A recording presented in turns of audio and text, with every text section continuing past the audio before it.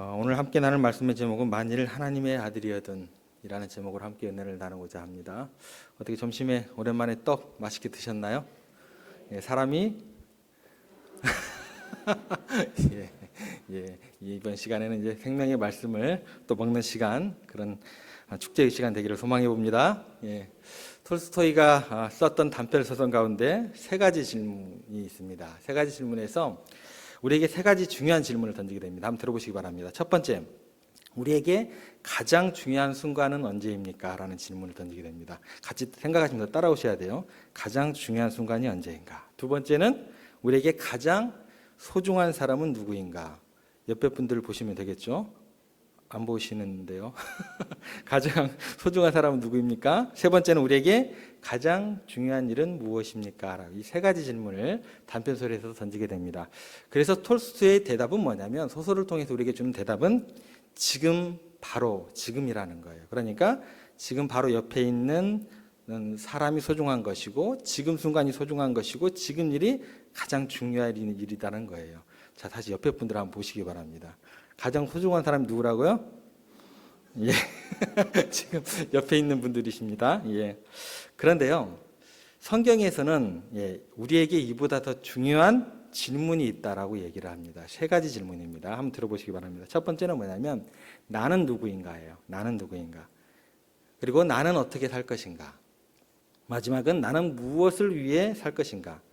첫 번째 질문이 뭐라고 그랬죠? 나는 누구인가입니다. 나는 누구인가라는 그 질문은 뭐냐면 정체성에 대한 질문입니다. 두 번째 질문은 어떻게 살 것인가? 삶의 방법과 자세에 대한 질문입니다. 세 번째 질문은 무엇을 위해 살 것인가입니다. 이 질문은 삶의 목적에 대한 이야기가 되어지는 것입니다. 이 목적이 분명하지 않으면 지금 내가 어느 누구를 만나고 중요한 어떤 시간으로 여기고 그런다 할지라도 아무리 그 최선을 다하고 성실하게 산다 할지라도 그 지금은 내일의 후회가 될 수 있다라는 거예요. 그래서 우리가 살아가면서 성경은 이 세 가지 질문에 대한 명확한 해답을 가지고 살아가야 된다라고 우리들에게 도전을 줍니다. 예수님께서 공생애를 시작하실 때 처음 당하시는 장면이 뭐죠? 마귀로부터 시험을 당하십니다. 시험을 당하시면서 이 세 가지 질문을 동일하게 직면을 하시게 됩니다. 그리고 우리에게 분명한 해답을 보여주시면서 그 시험을 이기셨다라는 거예요. 오늘은 그 세 가지 질문 중에서 첫 번째 질문에 대해서 함께 나눌 것입니다. 첫 번째 질문이 뭐라고 그랬죠? 제가 원래 설교문을 준비를 할 때 분명히 여기서 대답을 못 하실 줄 알았어요. 그래서 제가 첫 번째 질문은 나는 누구인가? 어떻게 살 것인가? 무엇을 위해 살 것인가를 다시 한번 이야기를 드리고 다시 질문을 드리려고 그랬어요. 대답을 하셨어요. 넘어가겠습니다. 첫 번째 질문이 뭐라고 그랬죠? 나는 누구인가? 이거는 뭐에 대한 질문이라고요? 정체성. 정체성에 대한 생각을 함께 하면서 은혜를 나누고자 합니다. 이 세상을 살아갔던 어느 누구도 인간이 누구인가라는 규정을 쉽게 했을까요? 못했을까요? 이게 쉽지 않은 질문이다라는 거예요. 나는 누구인가라는 그 질문을 문학이나 또 예술이나 철학에서까지 지금도 계속해서 던지고 지금도 여전히 미제 가운데 있는 질문 가운데 하나가 되더라는 것입니다. 그래서일까요? 우리들이 가끔 가다가 우리 자신의 낯선 모습을 굉장히 당혹해하는 경우가 종종 있습니다. 내가 이 정도까지 형편없는 사람이었을까? 라는 생각이 왕왕 들기도 하더라는 거예요. 이런 고백이 우리들의 고민거리가 됩니다. 내가 누구인지 이거 아는 게 쉽지 않더라는 거예요. 그래서 여러분들 잘 아는 이야기 가운데 백설공주 이야기 있죠. 백설공주에 나오는 그 왕비처럼 매일 거울을 보면서 그 질문을 던지는 게 뭐냐면 누가 세상에서 가장 아름답냐라고 물어봐요. 그리고 항상 확인하는 건 뭐예요? 왕비님이십니다라는 이야기를 들어요. 근데 그것을 자기가 확신을 가져요, 못 가져요? 못 가져요. 맨날 물어봐요. 맨날 똑같은 질문, 똑같이 물어봐요. 계속해서 확인을 해도 여전히 불안했던 왕비처럼 우리들도 어떨까요? 그렇다는 거예요. 이게 쉽지 않더라는 거예요. 인간은 끊임없이 자신의 모습을 보여주는 여러 가지 거울을 봅니다. 그러면서 뭐라고 얘기하냐면 이건 내가 아니야. 그렇게 이야기를 해요. 그렇게 소리치면서 그렇게 소리치면 어떻게 돼요? 내 자아를 깨뜨려야 되잖아요. 내 자아를 깨뜨릴까요? 안 깨뜨릴까요? 죄 없는 거울을 깨뜨리죠. 그래요, 진짜. 우리가 그렇다라는 거예요. 철학에서도 마찬가지입니다. 철학이 철학될 수 있었던 것은 뭐냐면 이 질문으로부터 시작을 하는 거예요. 원래 예전의 철학은 질문이 어떻게 되냐면 우주론적인 질문이 철학의 시작이었어요. 예를 들어서 만물이 물로 된 것이냐, 또 흙으로 된 것이냐, 공기로 된 것이냐, 불로 된 것이냐, 이게 철학의 원천이에요. 시작이었어요. 그런데 소크라테스가 델포이 선전이라고 하죠. 델포이 신전에 있는 내 자신을 알라라는 문구를 보고서 철학의 화두가 완전히 바뀌어버립니다. 모든 철학자들을 소크라테스가 찾아다니면서 너희들 쓸데없는 생각하지 마라 라고 이야기를 해요. 그러면서 뭐라고 해요? 너 자신을부터 알아라. 공기로 됐냐, 불로 됐느냐, 물로 됐냐, 이거 알 필요 없다라는 거예요. 누구부터 알아라? 너 자신불로 알아라. 너 자신부터. 이게 철학의 중심에 확 들어오게 됩니다. 철학의 중심이 그래서 뭐가 되는 거예요? 물과 공기나 이 불이 되는 것이 아니고 인간이 철학의 중심으로 들어오게 됩니다. 도대체 인간이 뭐냐? 나는 누구인가? 라는 질문이 시작되면서 철학이 진정한 철학이 시작됐다라는 거예요. 그런데 2000년이 흘렀습니다. 여기에 대한 대답을 철학이 줄 수 있을까요? 없을까요? 아직도 질문하고 있습니다. 나는 누구인가? 이 해답이 안 나더라는 거예요. 이 질문을 그대로 성경으로 한번 가져와 볼게요. 이 질문이 성경에서는 어떻게 시작이 될까요? 어디에 나오게 될까요? 창세기에 보면 하나님께서 아담에게 나타나서 첫 번째 하신 질문이 뭘까요? 아담아, 네가 어디 있느냐라고 질문을 던지세요. 이 말씀은 아담이 범죄하고 타락하고 나서 자기가 누구인지 정체성이 흔들려 버렸어요. 정체성이 흔들려 버리니까 어떻게 돼요? 하나님 앞에서 하나님의 형상대로 지음받았던 그 아담이 이 갈피를 몰라요. 막 숨어버려요. 하나님을 대면하지 못하게 되는 거예요. 자기가 누구인지를 몰라요. 그래서 어디로 가야 할지 방황하고 숨고 있을 때 하나님께서 나타나셔서 뭐라고 그래요? 너 자신을 좀 알아라 라고 이야기하시는 거예요. 아담아, 네가 어디 있느냐? 네가 있어야 할 곳, 네 자신이 누구냐? 라는 질문을 던지시는 거예요. 친히 그 질문을 해주신 거다는 것입니다. 여러분은 자신을 누구라고 소개할 수 있으십니까? 어떻게 설명하실 수 있으세요? 요즘처럼 급변하던 시대에 나는 누구인가라는 질문에 자신 있게 대답할 수 있는 사람이 없다라는 거예요. 그런데 이 질문에 대한 확고한 답이 없으면 유실된 포탄을 주워들고 무엇인가 몰라서 막 신기해서 막 만지다가 어떻게 돼요? 뻥 터지겠죠. 그죠? 그런 아이들처럼 유실된 포탄을 들고 장난감인 줄 알고 막 두드려 보기도 하고 돌에 던져 보기도 하고, 저 어렸을 때 진짜 그랬어요. 저희 친구 중에 하나가 유실된 포탄, 그때 35사 옆이었었는데 그때 포탄을 주워가지고 이게 뭐지 하고 아궁이에다 넣었어요. 퐁 터져가지고 얼굴이 다 화상을 입었었어요. 그 친구는 얼굴이 되게 하였었어요, 어렸을 때요. 근데 이제 나중에 좀 색깔이 돌아오더라고요. 이런 어려운 어떤 우리들이 위험한 어떤 삶을 살아가고 있지는 않나. 성경은 그렇지 않다라고 얘기를 해요. 그거에 대한 정확한 대답을 얻어야 된다고 이야기를 합니다. 아이들처럼 위험하게 지내지 말아라고 이야기를 해요. 방황 없이 떠도는 항해처럼 심각한 위기와 상처를 받게 된다는 거예요. 이게 정말 중요한 질문이다라는 것입니다. 그래야지 우리가 하나님의 부르심 앞에서도 우리 자신을 온전히 드릴 수 있게 되더라는 것입니다. 그러면 이런 질문이 생기게 됩니다. 왜 이렇게 네가 누구인가라는 단순한 질문이죠. 한 문장밖에 안 되잖아요.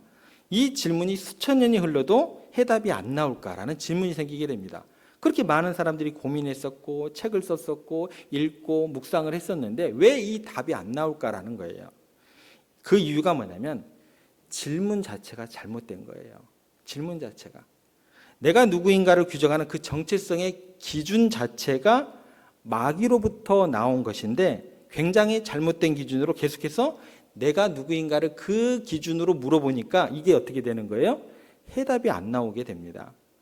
예를 들어서 마귀가 고대로부터 지금까지 사람의 마음을 점령하고 지배하고 있는 잘못된 판단 기준이 있습니다. 그것이 3절에 나옵니다.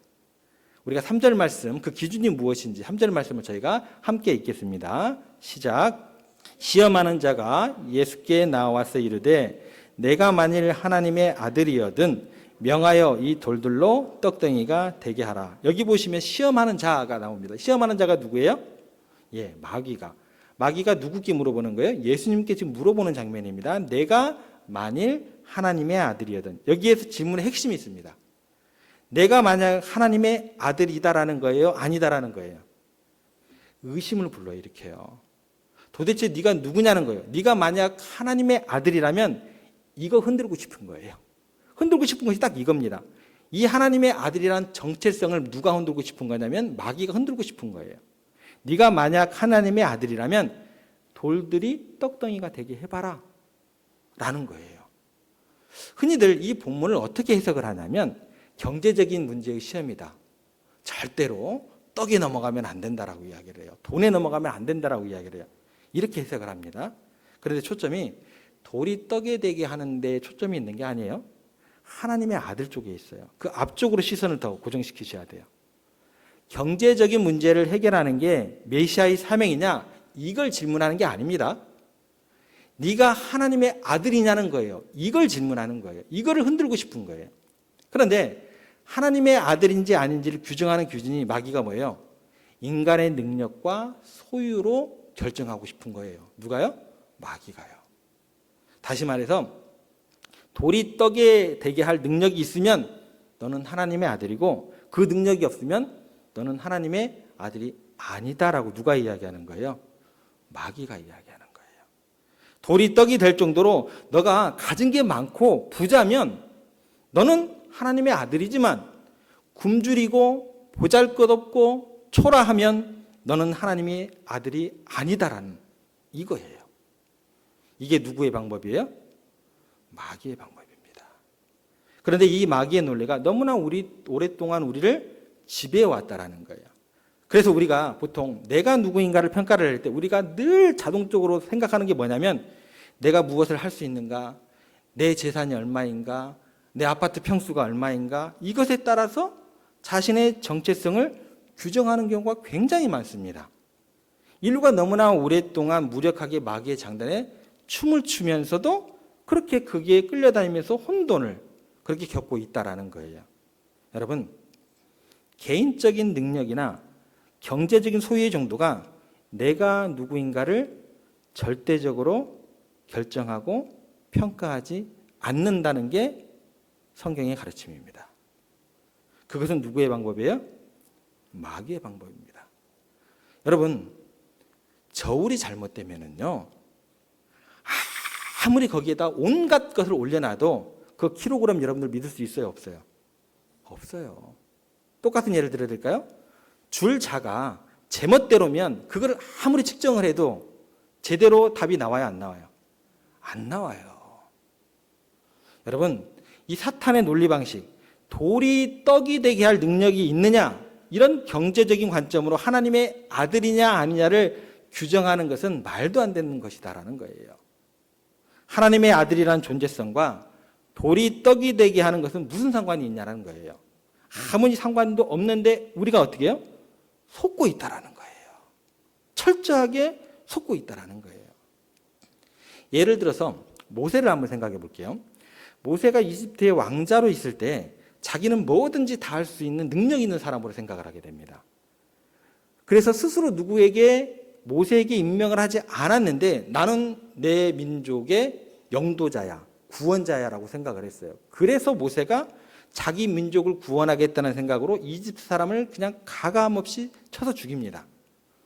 자기는 왕자로서 모든 권력이 있고 사람을 쳐서 죽일 수 있는 그런 능력이 있다고 생각을 하게 된 거죠. 자기가 구원할 수 있다라고 생각을 했다라는 거예요. 그런데 그 결과는 어떻게 돼요? 도망갑니다.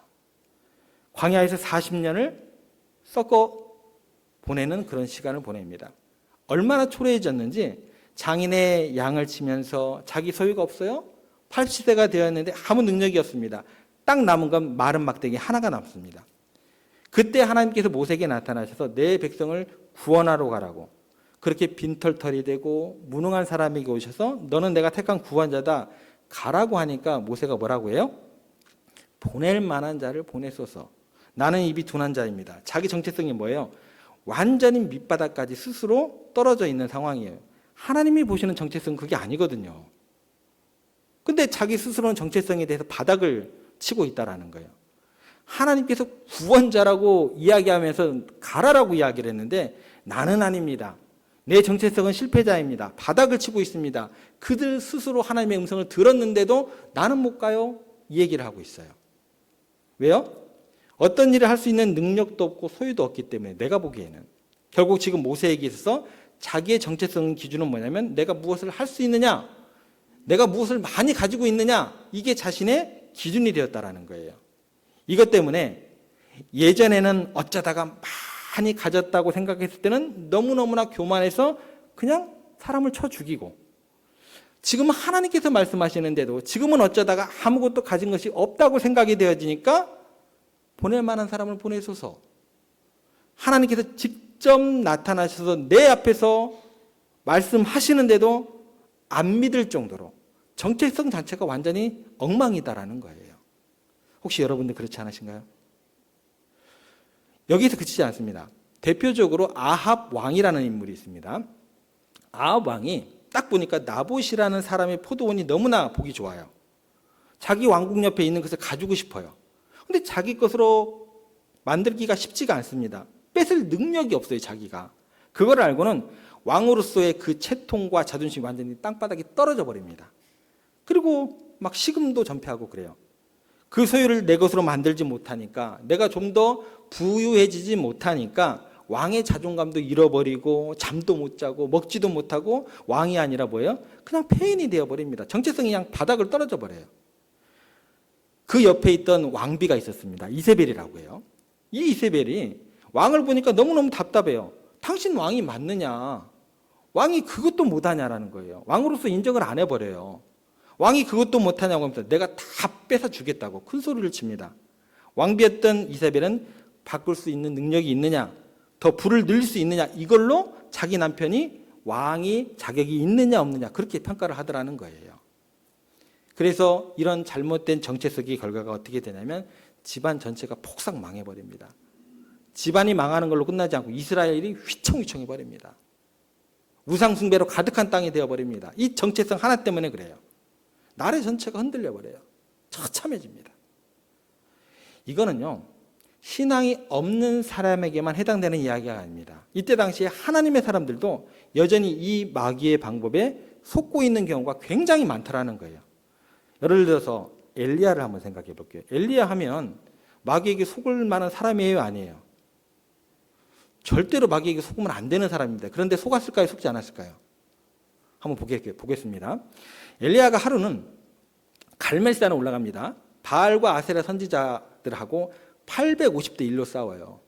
제가 일당 100은 들어봤어도 850대 1은 제가 잘 못 들어봤어요. 근데 성경에는 나와요.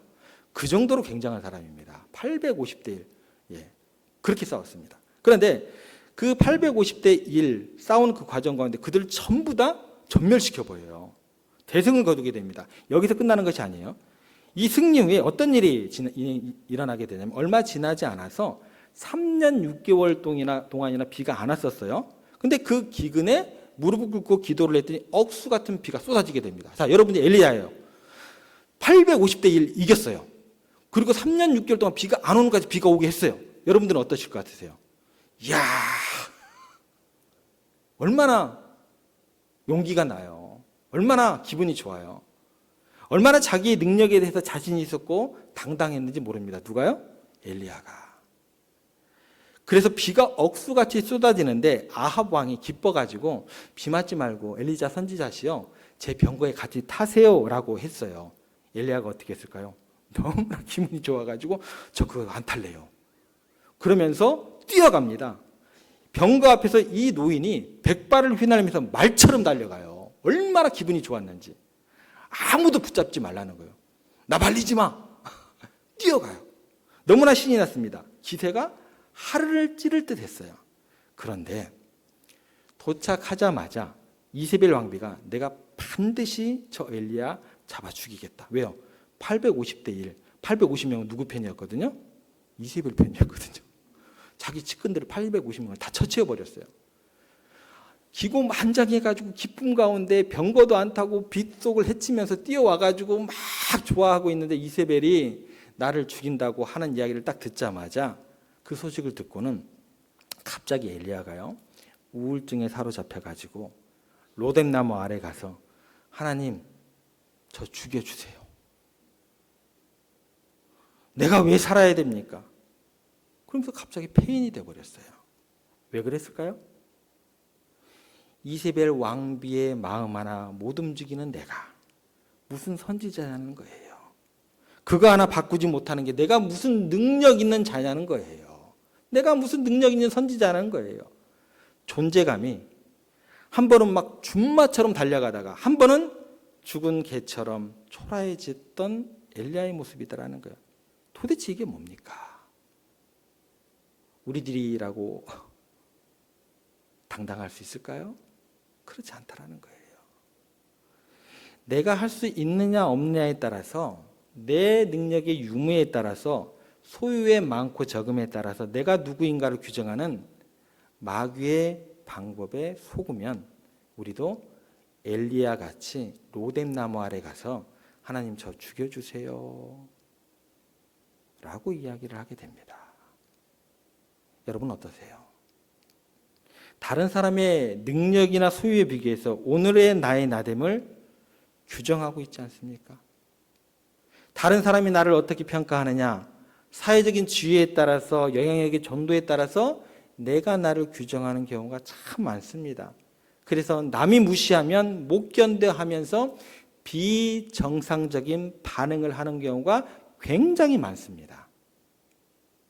아무도 알아주지 않으면 안 되는 건가요? 그 등 뒤에 계시는 하나님은 안 보이시는 건가요? 내가 바꾸자 하는 것이 바뀌지 않으면 내 존재감이 사라지는 걸까요? 천만의 말씀입니다. 그거는요, 마귀에게 속고 있는 것입니다. 이런 사람들은 탁월한 능력의 소유자 앞에서는 비굴해집니다. 별 볼 일 없는 사람 앞에서는 그렇게 교만해질 수가 없습니다. 정체감이 잘못되면 세상이 이렇게 돌아가는 것입니다. 집값이 올라가면 한박 웃음을 웃었다가 집값이 떨어지면 실망하는 그런 모습들. 아니, 집값이 올라갈 수도 있고 떨어질 수도 있는 거지. 그걸 가지고 그렇게 힘들어하면 어떻게 합니까?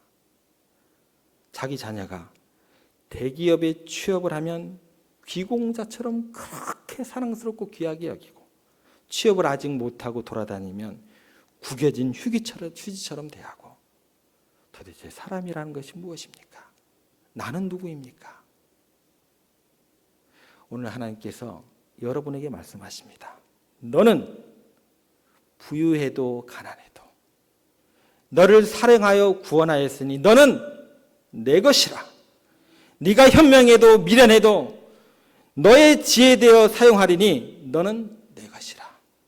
너는 잘났으나 못났으나 너의 모든 것을 내가 알고 있으니 너는 내 것이라. 내가 강하여도 약하여도 너의 힘이 되어 일으키리니 너는 내 것이라. 내가 의로워도 악하여도 너를 나의 피로 바꾸었으니 너는 내 것이라. 너는 내 사랑하고 기뻐하는 내 자녀라고 말씀하십니다.